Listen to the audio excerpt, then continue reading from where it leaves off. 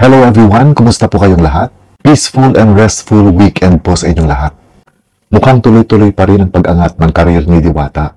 Tuloy-tuloy pa rin ang paglakas ng kanyang negosyo. At bukas nga ay magbubukas na ang kanyang branch sa Quezon City. At hindi lang ito, binigyan din siya ng parangal kahapon na galing sa Asia's Golden Icon Awards. Ang award na ibinigay sa kanya ay bilang Social Media Influencer of the Year. Isang dagdag karangalan ito para kay Diwata. Kumbaga, marami siyang pinataob na iba pang mga sikat ding mga social media influencers. Kumbaga, tinalo niya at siya ang napili at nagwagi para mabigyan ng parangal. Kahit sabihin pa natin na bago lang na sumikat itong si Diwata sa social media, pero naging inspirasyon kasi yung kanyang kwento. Ito marahil lang isa sa mga dahilan kung bakit siya ang napili bilang awardee ng Social Media Influencer of the Year. Nagiging maganda kasi kumbaga, yung influence niya sa mga taga-subaybay niya, lalong-lalo na napatunayan niya na hindi hadlang ang kahirapan at hindi hadlang ang kulang sa edukasyon para magtagumpay sa buhay. Sabihin man natin na tamang swerte ang dumapo kay Diwata, kaya naging ganito yung buhay niya ngayon. Hindi pa rin natin maikakaila na may kasama itong tiyaga, sipag at pananalig sa Diyos at sa sarili niya. So, panoorin na muna natin yung ginanap na awards night sa Okada kahapon, na kung saan isa na si Diwata sa binigyan ng award. It's now time to award the Social Media Influencer of the Year. And it goes to Deo Diwata Balbuena.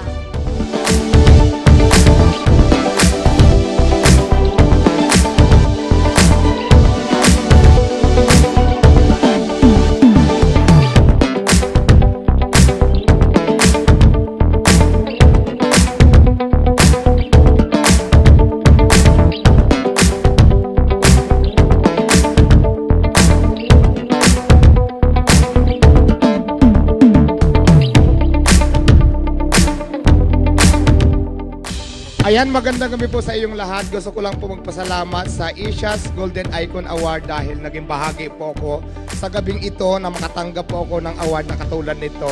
At masaya po ako dahil very first time in my life na makatanggap ako ng award na katulad po nito. Kaya maraming pong salamat sa Asia's Golden Icon Award. Maraming salamat dahil naging part ako sa gabing ito. Maraming salamat po. Congratulations, that was for Social Media Influencer of the Year.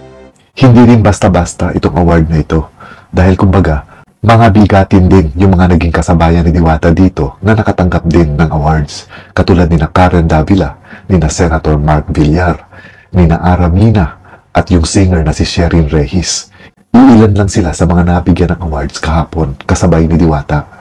Pero syempre, siguradong proud na proud si Diwata sa award na ito dahil kumbaga sa dinami-dami ng mga social media influencers sa bansa natin, siya yung napili. Siguro dahil kakaiba rin yung naging kwento ng buhay niya.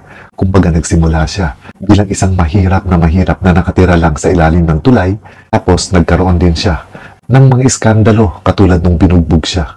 At hinuli din siya ng mga pulis. Hindi lang ito, ilang beses ding hinuli o pinasara o pinapaalis yung mga pwesto niya every time na nagkakaroon ng clearing ang mga pulis doon sa pwesto niya dati.